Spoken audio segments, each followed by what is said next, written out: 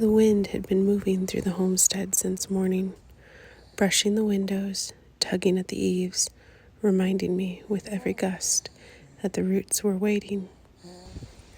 I could hear it all day long, this quiet insistence in the background, but the work of the house kept me inside. And it wasn't until the light softened and the day finally loosened its hold that I was able to carry my basket outside.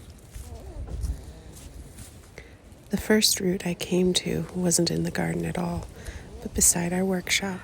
The Eleuthero I planted years ago, now grown into a sturdy stand.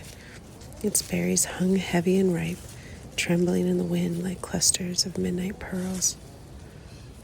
I dug carefully, mindful not to take too much. Roots like these are slow to grow, and I didn't want to harm the life that had taken such time to build its strength. Eleuthero is the quiet strength of the herbal world, an adaptogen that supports endurance, immunity, and the body's resilience. It's the kind of medicine that helps steady you through long seasons of work and worry. These roots will become tinctures to carry me through winter, deep, grounding medicine for exhaustion, stress, and rebuilding strength after long, tiring months. A dropper here and a dropper there, like small sparks of stamina held in glass. As I finished gathering the Eleuthero, the wind lifted again, a soft, steady pull at my back. It felt as though it was finally ushering me towards the garden paths, urging me deeper into the work the day had been waiting to share. When I stepped into the garden proper, the wind softened and the sunlight shifted, as if I had finally come to where it wanted me to be. The Valerian there stood waiting, small and green as opposed to its tall branches of the summer. Only the green showed now, touched by the golden glow. The sun was low in the sky, shining straight through the stems and turning the whole patch warm and luminous. Cassian, my cat, stayed close by, weaving between my feet and curling beside me whenever I paused. He made himself part of the moment, soft and steady, as if he knew this root's gentle purpose. We unearthed long, stringy roots, fragrant and intricate. Some say valerian smells strange, but to me, it smells like everything herbalism is, earthy, warm, ancient, and comforting. Valerian is the quieting of the mind, the softening of tension, the loosening of everything wound too tightly.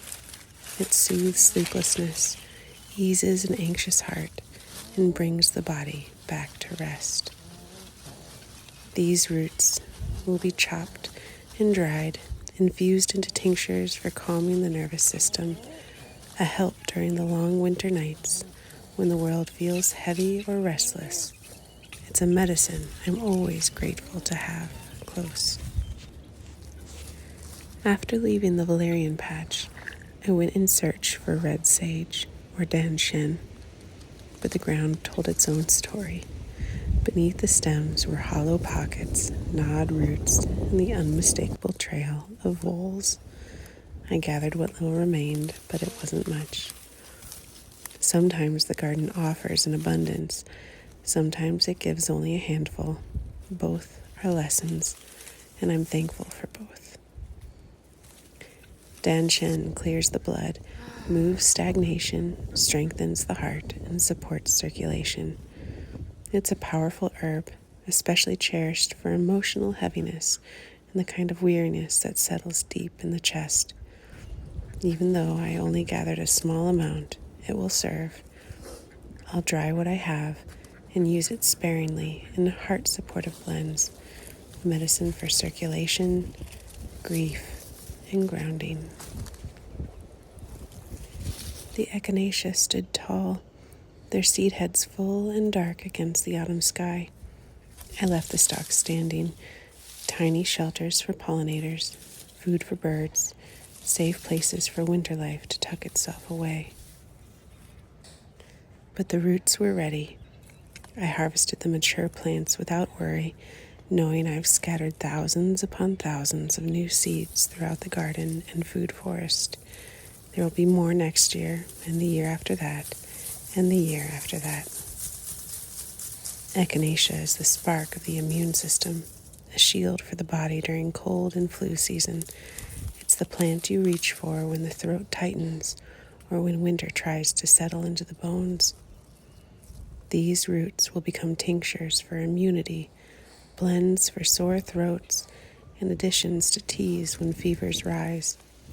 It's strong, reliable medicine, the kind you always want on your shelves when the frost comes.